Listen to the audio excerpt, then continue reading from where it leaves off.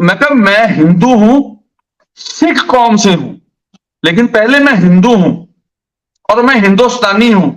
लेकिन आप इधर पंजाब की तरफ पाकिस्तान से एक पत्थर उछाल के देखो, सबसे पहले हम सरदार खड़े होंगे, सिख खड़े होंगे सामने बॉर्डर पे। कि इंडियन आर्मी क्या है और क्या नहीं है। वो पाकिस्तानी आर्मी नहीं है कि तुम लोगों को घरों से नहीं निकलने देगी, तुम लोगों के प्राइम मिनिस्टर पे गोली चलाएगी, तुम लोग के प्राइम मिनिस्टर को फांसी पे चढ़ाएगी, तुम लोगों के प्राइम मिनिस्टर को बंद रखेगी। ये हिंदुस्तान की आर्मी है। ये लोगों के साथ शाना बशाना चलती है और हमेशा से चलती आ रही। बहुत डिफरेंस है, बहुत डिफरेंस है। हमारी आर्मी को कभी बीच में मत लेके आना। That's it. ठीक है।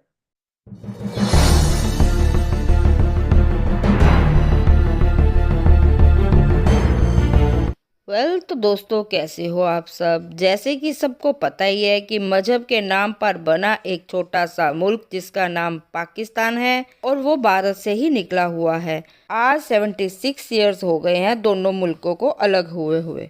लेकिन क्योंकि एक तो वो भारत का पड़ोसी है, कहीं ना कहीं भारत के साथ उनका खाना पीना, पहनना, यहाँ तक कि कल्चर की काफ़ी आदतें मिलती जुलती हैं, क्योंकि ऑब्वियसली वो भारत का ही एक समय हिस्सा रह चुका है, चाहे वो इस बात को माने या ना माने। दोस्तों, पाकिस्तान के सोशल मीडिया प्लेटफॉर्म में हर वक्त यही चर्चे चलते रहते हैं कि इन 76 सालों में भारत कहां से कहां पहुंच गया और हम अभी तक रोटी कपड़ा के लिए ही लड़ रहे हैं।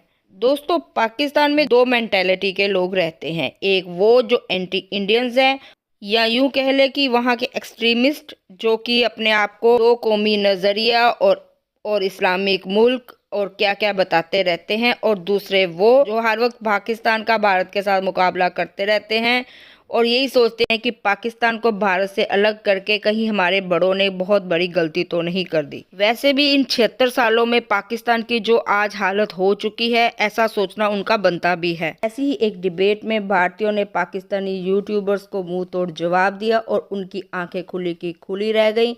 आइए देखते हैं, वीडियो बड़ा मज़ेदार है। और आगे बढ़ने से पहले मेरे चैनल को लाइक और सब्सक्राइब करना ना भूलना। तो धन्यवाद। जय हिंद। जरूर पूछना चाहूंगा, जब आप पाकिस्तान के टूर पे आए थे और मेरी आपसे मुलाकात भी हुई और हमने इंटरव्यू भी किए साथ, तो आप अक्सर मेरे साथ जिक्र किया करते थे कि कुछ यूट्यूबर्स इतना एक्सट्रीम पे जाके कर लेते हैं काम कि अगर यही इंडिया में कंटेंट बना रहे होते तो भारत की सरकार इनके ऊपर मतलब कोई ना कोई एक्शन जरूर करती।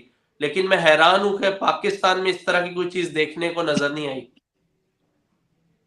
एक्सट्रीम ऐसे है जी, उनकी बातें आम जनता जो आवाम है पाकिस्तान की, उनको तो पता नहीं कैसी लगती हैं। मैंने अपना व्यूज बताया था, अगर ये इंडिया में ऐसे बोल रहा होता अपने मुल्क के बारे में तो शायद मैं ही गोली मार देता। मैं मजहब की बात नहीं कर रहा, मैं अपने देश की बात कर रहा हूं।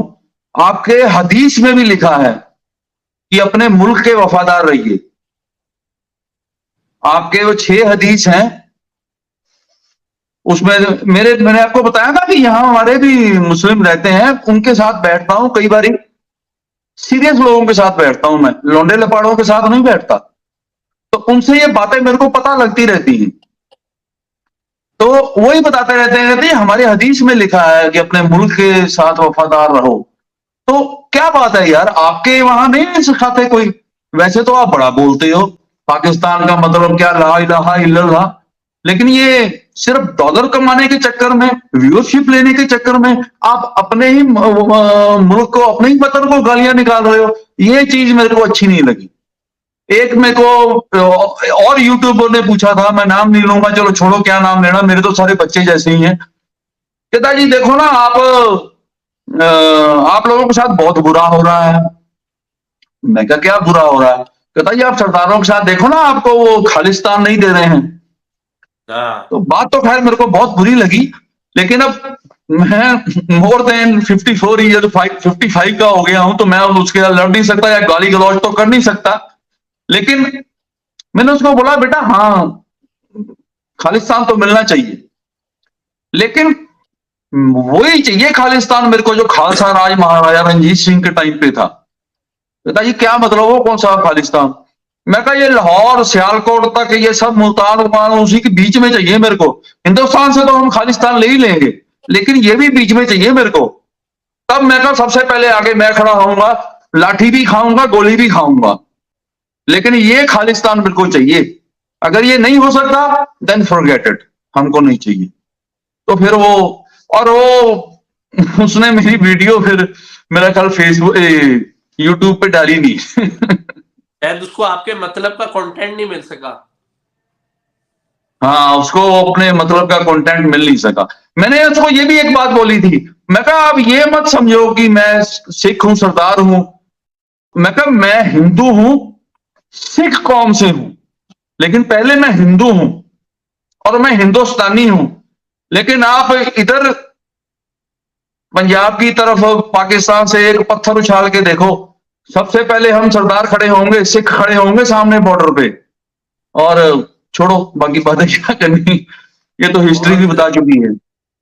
बहुत शुक्रिया सर, आज आपने अपने कीमती टाइम में से जो है वो हमारे व्यूअर्स, हमारे देखने वालों के लिए जो है वो टाइम निकाला। देखने वाले व्यूअर्स को कहूंगा अगर कि जम्मू कश्मीर के बच्चे तरक्की कर रहे हैं और जम्मू कश्मीर के बच्चों को इतना अहम दर्जा दिया जा रहा है, तो ऑब्वियसली हम यूथ के लिए तो prime minister Narendra Modi is too good. And BJP जो हमारे लिए कर रही है, हमारे लिए नहीं, मैं अपनी बात नहीं करूंगी, यहाँ पर बहुत लोग ऐसे हैं, बहुत बच्चे ऐसे हैं, बहुत यूथ ऐसा है जो आज बीजेपी की वजह से उनसे इंस्पायर होकर पॉलिटिक्स ज्वाइन कर रहे हैं, इंटरनेशनली कश्मीर को रिप्रेजेंट कर रहे हैं, हमारी बच्चियां रिप्रेजेंट कर रही हैं, हमारी फीमेल पत्रकार रिप्रेजेंट कर रही हैं। मैंने रिसेंटली अवार्ड पकड़ा, तो आप खुद भी देखिए कि कितनी तरक्की हो रही है और कितना जो है लोग आगे बढ़। मेरे तो कजन्स ही पाकिस्तान में पढ़ रहे हैं इस वक्त, क्योंकि मैंने आपको अगर पहले बोला होगा तो मैं बेसिकली मैं जो है टीथवाल से हूँ, करना से हूँ, और करना जो है लास्ट बॉर्डर है। तो मेरे जो कजन हैं, चचेरे ताऊ जी के लड़के या चाचू के लड़के, तो वो पाकिस्तान में पढ़ रहे हैं, या फिर मेरी फ्रेंड्स भी हैं जिनके साथ मैं पहले डिबेट्स वगैरह करती थी। तो यस, इंटरेक्शन तो होती है, बातचीत तो होती है।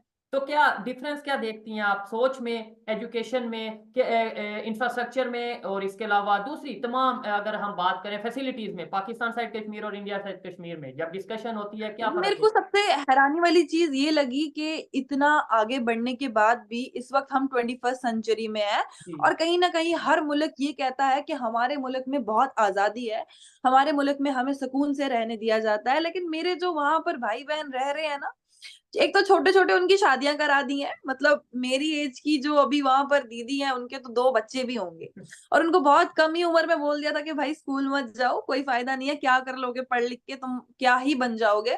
मतलब ये चीज है। और अगर मैं देखूंगी तो वहां पर बहुत ठीक है, आप लोग धर्म को बहुत ज्यादा इंपॉर्टेंस देते हो, लेकिन फिर उस चीज को पूरा प्रॉपरली फिर फॉलो भी करना होता है।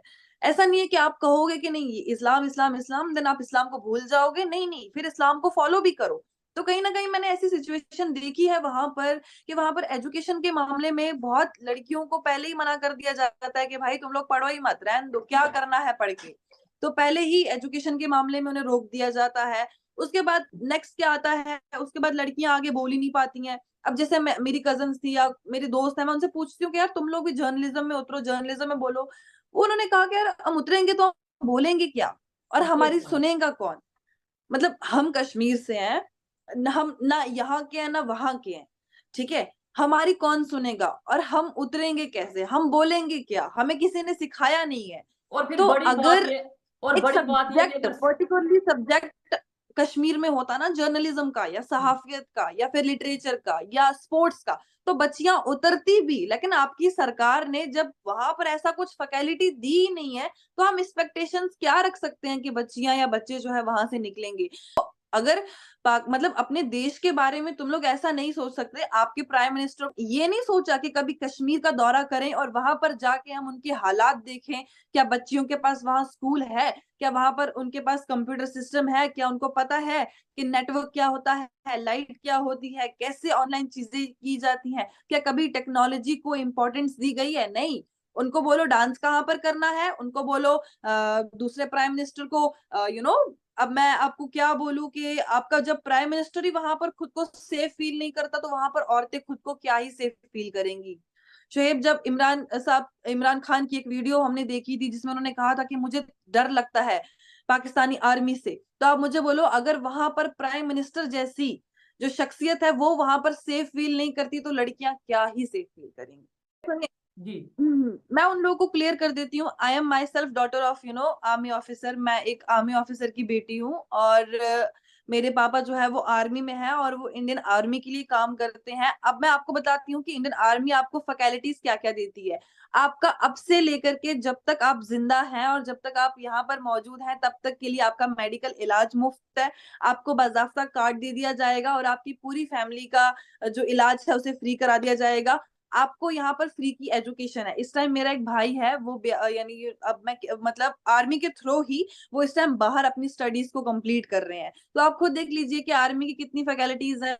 अब घर में ही रह के हमें सरकार इतना कुछ दे रही है और फिर अगर आप लोगों के देश में से कुछ ऐसे नमूने निकलेंगे और वो ऐसी नाजायज बातें करेंगे या ऐसी जो जिन बातों को सुनने का कोई मतलब ही नहीं, ऐसी बातें करेंगे तो हमें नहीं लगता कि हम लोग शांत बैठेंगे। तो मैं उन लोग को वार्न करती हूँ कि इंडियन आर्मी के लिए कुछ बोलने से पहले 1000 बार सोच लीजिएगा।